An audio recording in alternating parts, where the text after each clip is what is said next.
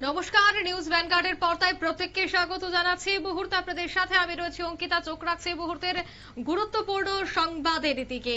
বিশালগড় মহকুমা, যে মহকুমায় প্রতিনিয়ত চুরি ঘটনায় অতিষ্ঠ সেখানকার মানুষজন, আতঙ্কগ্রস্ত সেখানকার মানুষজন।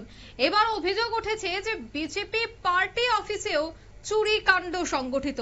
বাড়িঘর, মন্দির, মসজিদ, স্কুল ছেড়ে এখন দেখা যাচ্ছে যে অফিস কার্যালয়েও চোরের দলের হানা।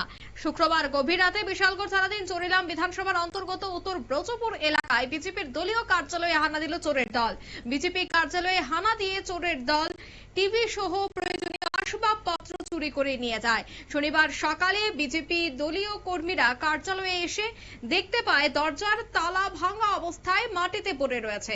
কার্যালয়ে প্রবেশ করতেই দেখতে পায় দলীয় কার্যালয়ে চুরির ঘটনা। খবর দেওয়া হলো বিশালগড় থানায়। ঘটনার খবর পেয়ে ছুটে আসে পুলিশ। এদিকে এই শাসক দলের পার্টি অফিসে চুরি কাণ্ডের খবর ছড়িয়ে পড়তে এলাকা জুড়ে নানা প্রশ্ন উঠতে তৈরি করেছে।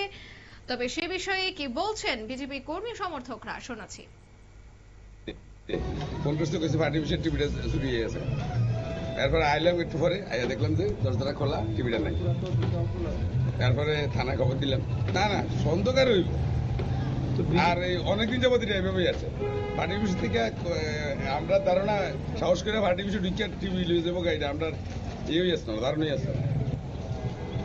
বিষয়টা হইলো চোর তো চোর ওই শাসক আর শাসকার বিরোধী কি চোর কি কেউ বাচ্চা চুরি করে?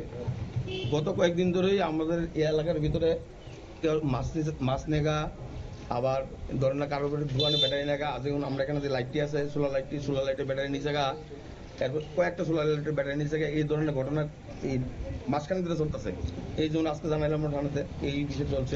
মানে আমরা সামু পুলিশের কাছে সুষ্ঠু তদন্ত কইরা যাতে অন্ততপক্ষে চুরগুলো যাতে ধরতে পারে, দইটা যাতে তারা শাস্তি দেওয়া হয়। উত্তর বুঝবো